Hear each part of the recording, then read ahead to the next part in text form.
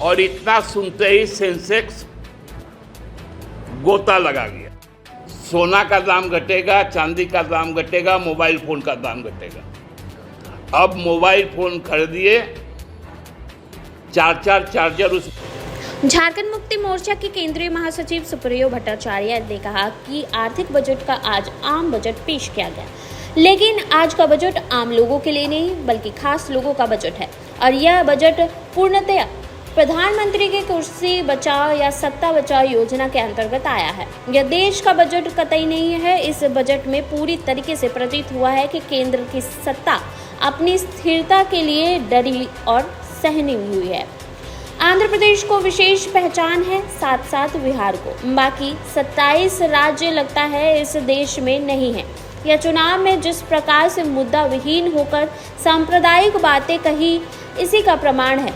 सबसे पहले कृषि को रखा, लेकिन विडंबना यह है कि 2019-20 फाइनेंशियल ईयर में 6.8 था, आज घटकर 3.8% हो गया है। पर्यटन के क्षेत्र में कितने रोजगार सृजन होते हैं, इसकी कोई कल्पना नहीं की गई है। इलाज महंगा हो गया है, सोना सस्ता होगा, महंगाई पर कोई बातें नहीं हुई। मिडिल क्लास जो थोड़ी बहुत बचत करते हैं, जो शेयर बाजार में या फिर म्यूचुअल फंड में लगाते थे, लोगों के पैसे डूब गए। आर्थिक वर्ष 2024-25 का आज केंद्रीय बजट पेश हुआ। आमतौर पर इसे देश का आम बजट भी कहा जाता है, लेकिन आज का बजट आम लोगों के लिए नहीं, खास लोगों का बजट था। और यह बजट पूर्णतः प्रधानमंत्री की कुर्सी बचाओ या सत्ता बचाओ योजना के अंतर्गत आया। यह देश का बजट कतई नहीं। इस बजट से यह पूरी तरह से प्रतीत हुआ कि केंद्र की सत्ता अपने स्थिरता के लिए इतनी डरी और सहमी हुई है कि उसे आंध्र प्रदेश को विशेष लाभ पहुंचाना है, साथ साथ बिहार को। बाकी 27 राज्य, थोड़ा बहुत उड़ीसा के लिए, और बाकी 27 राज्य लगता है कि अब इस देश में ही नहीं है।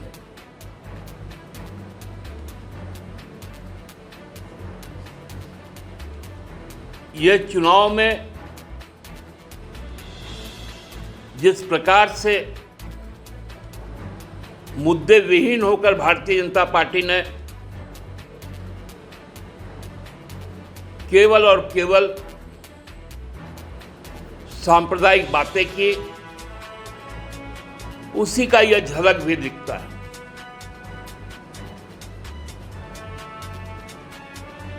बजट को 9 हाईलाइट किए गए, 9 पॉइंट को, जिसमें सबसे ऊपर एग्रीकल्चर को रखा गया।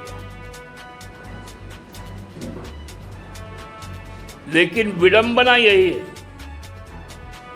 19-20 फाइनेंशियल ईयर में जिस एग्रीकल्चर सेक्टर के लिए 6.5% बजट का हिस्सा हुआ करता था, आज वो घटकर 3.9% पे आ गया।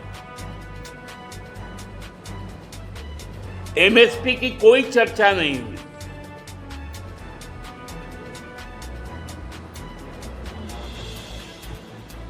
जो मोटा क्रॉप है, जिससे पेट भरा जाता है, उस पर कोई बातें नहीं, केवल फल और सब्जी पर बातें, वो भी मात्र एक 5 साल का परियोजना को लेकर। दूसरा पॉइंट जो एम्प्लॉयमेंट का था, रोजगार का था। कल हम लोगों ने देखा था कि आर्थिक सर्वेक्षण जब पेश हुआ तो देश का बेरोजगारी दर केंद्र सरकार ने 3.2% बताया,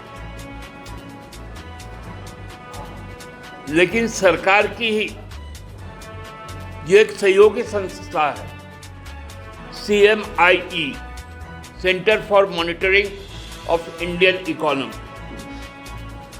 जो रिजर्व बैंक ऑफ इंडिया को भी रिपोर्ट करती है। उनका आकलन था बेरोजगारी दर 9.2%, और इतना सुनते ही सेंसेक्स गोता लगा गया। लोगों के पैसे इसमें भी डूब गए। मध्यम वर्ग के पॉकेट से और निकालो और निकालो, ये सरकार की ध्येय रहेगी।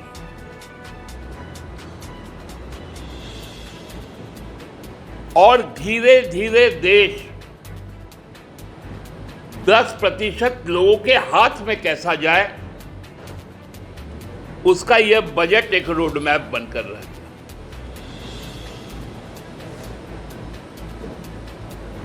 झारखंड जैसा राज्य जो सबसे ज्यादा खनिज संपदा देता है, उसकी कहीं कोई आवाज नहीं उठी।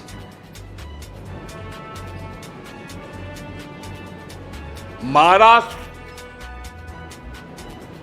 जो पूरे देश का सबसे ज्यादा GST पे करता है,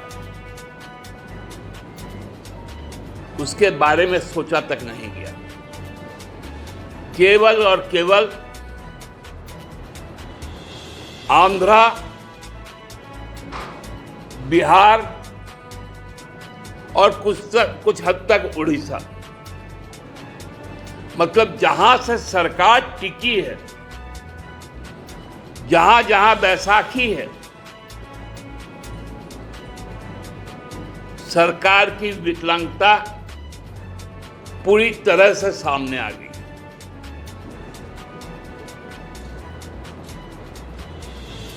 क्या मिलेगा नौजवानों को? अभी भी स्किल डेवलपमेंट होगा।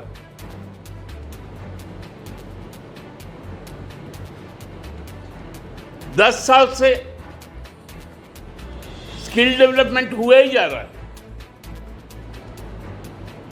कौशल विकास चल ही रहा है, नौकरी नहीं। बोला MSME का पुनरुद्धार हो, मुद्रा योजना 10 लाख से बढ़ाकर 20 लाख कर दी। तो 10 लाख जब था, उस वक्त मुद्रा योजना के तहत MSME क्यों कोलैप्स कर गया, जो सबसे ज्यादा रोजगार प्रदान करने वाली सेक्टर है।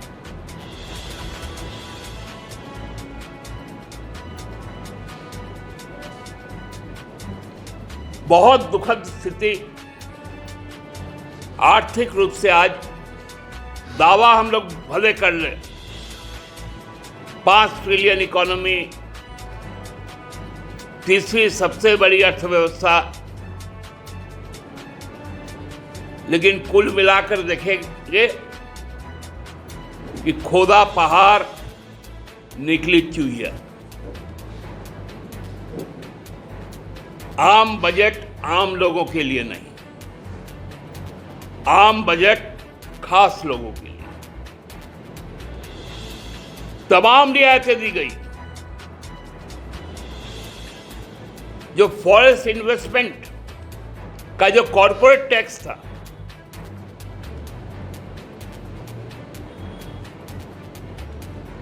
उसमें 10% की छूट दे दी गई। 35 से 25 पर ले आए।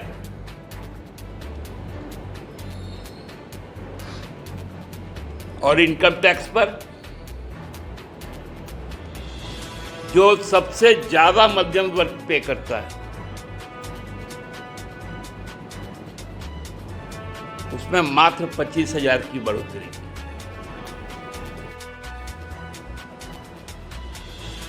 कोई नई सरकारी नौकरी की कोई घोषणा नहीं।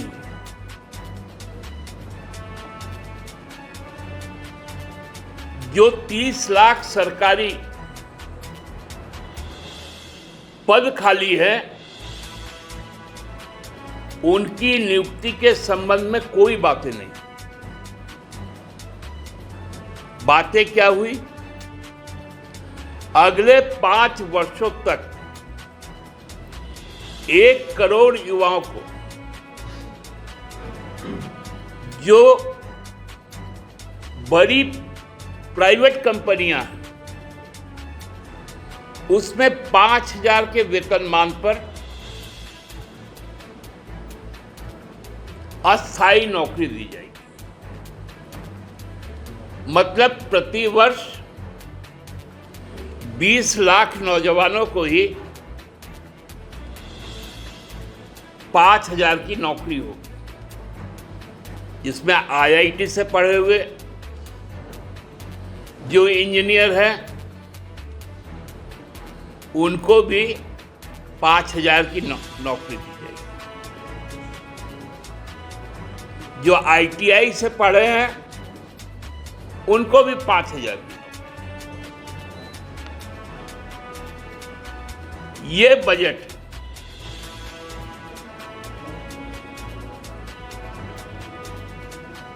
पर्यटन पर,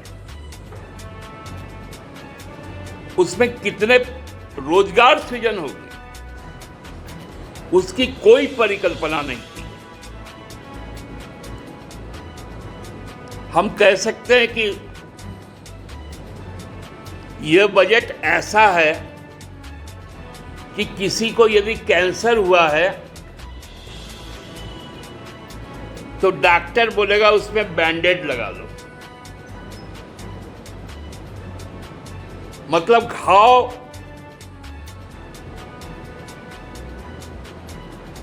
ऐसा भयानक है जिसमें आदमी की जीवन लीला समाप्त हो सकती है, उसको कहा जा रहा है कि तुम बैंडेड लगा लो घाव पे। उसकी सर्जरी नहीं है, उसकी केमोथेरेपी नहीं होगी। ये बजट है। हमारे वित्त मंत्री जब बजट पढ़ रही थी, उनको भी नहीं समझ में आ रहा था कि बजट है क्या। हम किसके लिए ये दस्तावेज पढ़ रहे हैं? शिक्षा पर कोई भी बातें नहीं, स्वास्थ्य पर कोई बातें नहीं,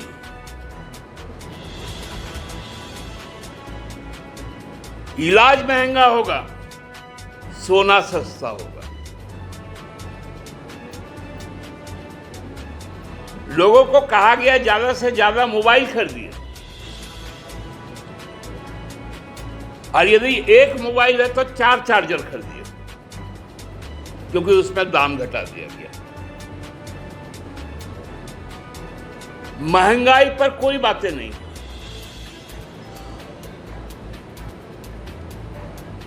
GDP का परिकल्पना केवल सपना रह गया।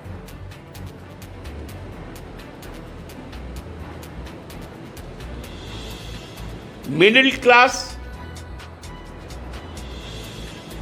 जो मध्यम आय वर्ग के लोग हैं, जो थोड़ा बहुत बचत करते थे, कहीं शेयर में लगाते थे, कहीं म्यूचुअल फंड में लगाते थे, उनको नसीहत दी गई कि ऐसा मत करें, बाजार के हालात ठीक नहीं, आपके पैसे डूब जाएंगे। प्रधानमंत्री जब पहला बार आए थे तो उन्होंने सभी सांसदों से खुद भी ग्राम गोद लिया था। उन गांवों का क्या विकास हुआ है वो सबको ही जानते हैं। उसके बाद जब दूसरी बार आए तो एस्पिरेशन डिस्ट्रिक्ट बोले, उसका भी क्या हाल है। अब एक नया नाम आया। नाम गढ़ने में प्रधानमंत्री की कोई कंपटीशन कर सकता है क्या? बाबूला जी तारीफ कर रहे थे, बोले थे आदिवासियों को बहुत कुछ मिला है इस बजट में कार्यक्रम के लिए। बाबूला जी तो तारीफ करेंगे, उनको प्रदेश अध्यक्ष का कुर्सी मिला है, सपना दिखाया गया है, बाबूलाल जी के हसीन सपने। जब कार्य समिति यहाँ बीजेपी के समाप्त हो, उसको किस वजह से बढ़िया है, घोषणा कर देना चाहिए। आप देखेंगे कि जब इसी तरह की घोषणा जब लोकसभा चुनाव में हुआ तो कई प्रत्याशियों ने कहा कि मैं चुनाव नहीं लड़ूंगा। यहां पर भी वही होगा। अब तो इतना बौखलाए हैं लोग कि गट्टा पकड़ के उतार देंगे तो क्या कर देंगे। अरे भवनाथपुर की जनता आपके गिरवान तक पहुंच चुकी है। जिस दिन चुनाव होगा भवनाथपुर की जनता आप 10,000 से 75,000 की है।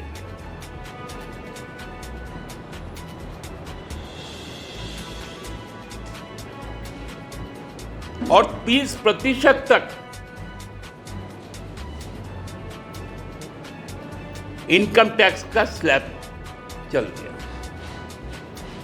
5% से 30%। ये पूरे बजट को हम कह सकते हैं कि बिना सोच समझ का मात्र एक कागज में छपा हुआ दस्तावेज है,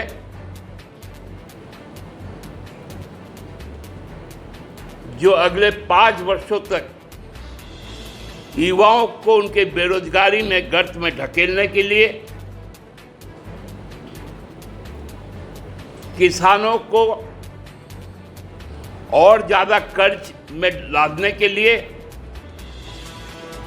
कॉरपोरेट को और ज्यादा फायदा देने के लिए, शिक्षा के क्षेत्र को और स्वास्थ्य के क्षेत्र को गैर सरकारी उद्योग समूह के हाथ में देने के लिए यह संपूर्ण दस्तावेज तैयार किया गया। मैं मेरी पार्टी की ओर से इस बजट का, जो एनडीए का बजट है, ये इंडिया का बजट नहीं, देश का बजट नहीं, भारत का बजट नहीं, ये एनडीए का बजट केवल और केवल प्रधानमंत्री की कुर्सी को बनाए और बचाए रखने का बजट है। इसका घोर निंदा करता हूं और आपत्ति व्यक्त करता हूं। धन्यवाद।